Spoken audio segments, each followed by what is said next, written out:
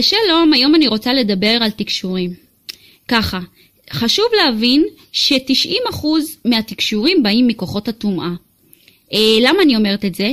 כי הדברים שלא באים מכוח הטומאה לא דורשים הכרה, לא כותבים ספרים, לא כותבים מאמרים באינטרנט, ולא מנסים לשלוט ולהתערב בצורה גסה בחיי האנשים.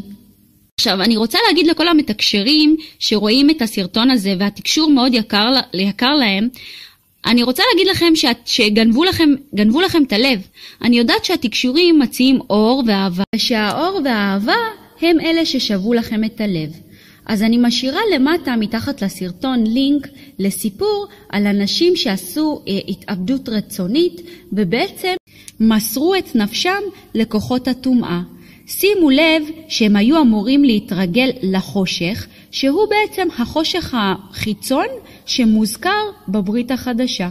פשוט עצוב. הם נשבו במילים יפות, באהבה, באור שהוא למעשה אור מזויף, ומסרו את נפשם לכוחות טומאה.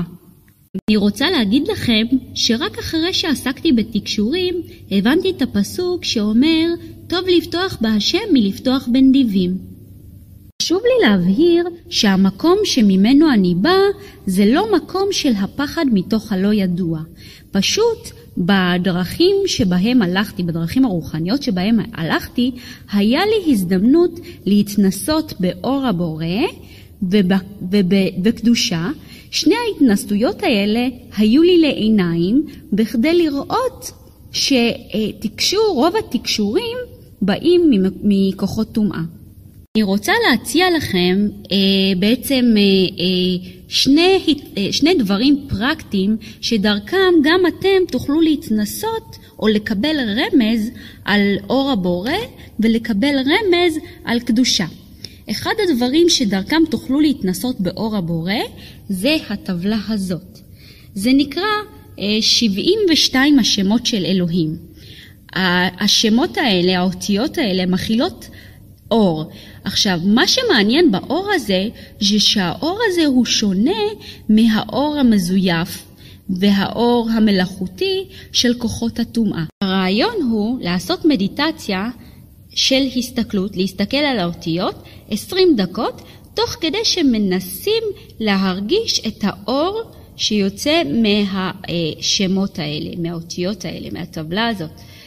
זה פרקטיקה מספר 1. הפרקטיקה השנייה שאני רוצה להציע, המטרה שלה היא להכיר ולהתנסות בקדושה. מה שעזר לי להתנסות בקדושה זה ספרים של רבי נחמן מברסלב. אני ממליצה על שני ספרים. אחד ספר שנקרא הכיסא הריק של רבי נחמן מברסלב, זה בעצם ספרון. והספר השני שעליו אני ממליצה זה עלי מרפא.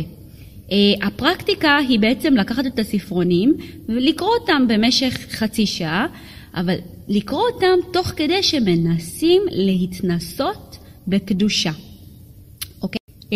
בעיקרון יש עוד דרכים להתנסות באור הבורא ובקדושה.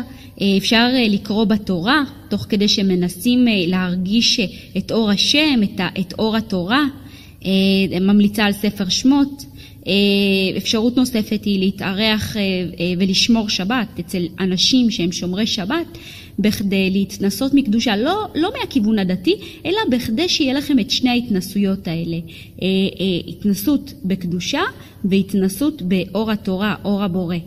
ההתנסות באור הבורא ובקדושה היא חשובה בכדי שתוכלו להציל את הנפש שלכם מכוחות הטומאה. אלה שהפרקטיקות לא עבדו עליהם והם לא זיהו או לא קיבלו נקודת התייחסות חדשה, אני מציעה לנסות לזנוח לתקופה מסוימת את תחום התקשור. אני יודעת מדברים שקראתי שהרבה פעמים דווקא כשמנסים לזנוח את תחום התקשור מגלים שזה לא כל כך קל, כי יש די רדיפה מהצד של הטומאה. זהו, אתם מוזמנים להעמיק ולהבין למה בעצם תקשור זה כוחות טומאה בסרטון הבא שלי, מה שאנשים לא יודעים על תקשור.